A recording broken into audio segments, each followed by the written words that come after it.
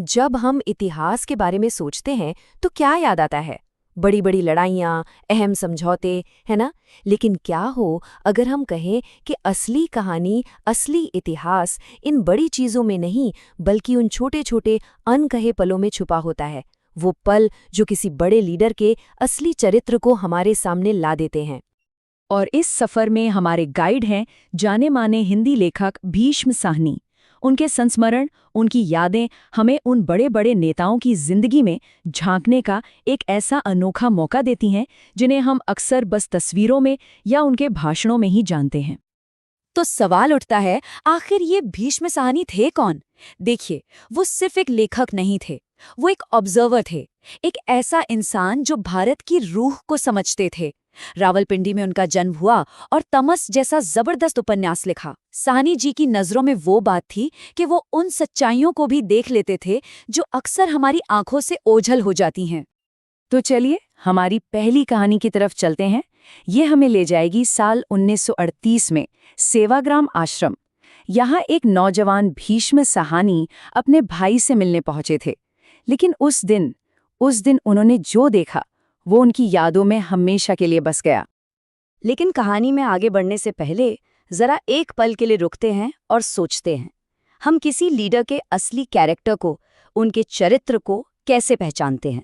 क्या उनके बड़े बड़े भाषणों से, या उनकी पॉलिसीज से, या फिर उन छोटे छोटे अचानक से आए पलों से जब उन्हें लगता है कि कोई देख नहीं रहा? तो हुआ ये कि एक दोपहर आश्रम की शांति अचानक एक बच्चे की दर्द भरी चीखों से टूट गई। वो बच्चा दर्द से बुरी तरह तड़प रहा था और बार बार बस एक ही नाम पुकार रहा था, बापू। और फिर गांधी जी आए। जरा उनके रिएक्शन पर गौर कीजिए। ना कोई गुस्सा, ना कोई चिड़चिड़ाहट। वो बस एक पिता की तरह आए, सिचुएशन को समझा और उस बच्चे की देखभाल करने लगे।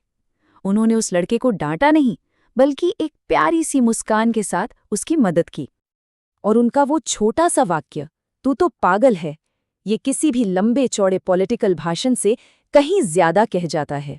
ये गांधी जी की उस सहज करुणा को दिखाता है जो इतनी मुश्किल घड़ी में भी एक मुस्कान में बदल जाती है। अच्छा, तो गांधी जी की इस सादगी से अब आगे बढ़ते हैं जवाहरलाल नेहरू की तरफ। उनके किरदार का एक अलग ही पहलू देखने को मिलेगा, लेकिन वो भी उतना ही दिलचस्प है। साहनी जी की अगली याद जुड़ी है कश्मीर की खूबसूरत वादियों से। तो सीन कुछ यूं है कि खाने की मेज पर धर्म को लेकर एक जोरदार बहस छिड़ जाती है। नेहरू जी थोड़ा गर्म होकर कहते हैं, मैं भी धर्म के बारे में कुछ जानता हूं। लेकिन फिर उस बहस को एक मोड़ देने के लिए वो एक कहानी सुनाने का फैसला करते हैं। ये कहानी है मशहूर फ्रेंच लेखक अनातोले फ्रांस की। कहानी है एक गरीब बाजीगर की जिसके पास मदर मैरी को चढ़ाने के लिए कोई कीमती तोहफा नहीं है। उसके पास है तो बस उसकी अपनी कला।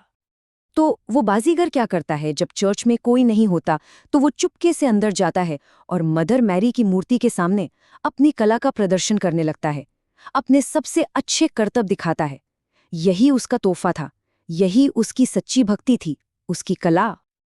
अब एक पादरी ये सब देख लेता है और उसे लगता है ये तो भगवान का अपमान है। वो उसे रोकने के लिए दौड़ता है, लेकिन तभी एक चमत्कार होता है। वो देखता है कि मदर मैरी की मूर्ति जैसे जिंदा हो उठती है और उस बाजीगर के माथे से पसीना पोंछती है। नेहरू की इस कहानी का मैसेज बिल्कुल साफ था, सच्ची भक्ति का कोई एक रूप नहीं होता। लेकिन नेहरू के साथ साहनी जी का अनुभव सिर्फ कहानियों तक ही नहीं रहा। अगली सुबह साहनी जी ने उनसे बात करने की एक थोड़ी बचकानी सी कोशिश की। उन्होंने अखबार उठाया और इंतजार करने लगे कि कब नेहरू जी उनसे अखबार मांगे। लेकिन नेहरू ने उन्हें डांटा नहीं, बल्कि उन्होंने इतना सब्र और इतनी विनम्रता दिखाई कि साहनी जी खुद शर्मिंदा हो गए। चलिए अब हमारी आखिरी कहानी की तरफ चलते हैं। ये हमें कई साल आगे ट्यूनिस ले जाती है।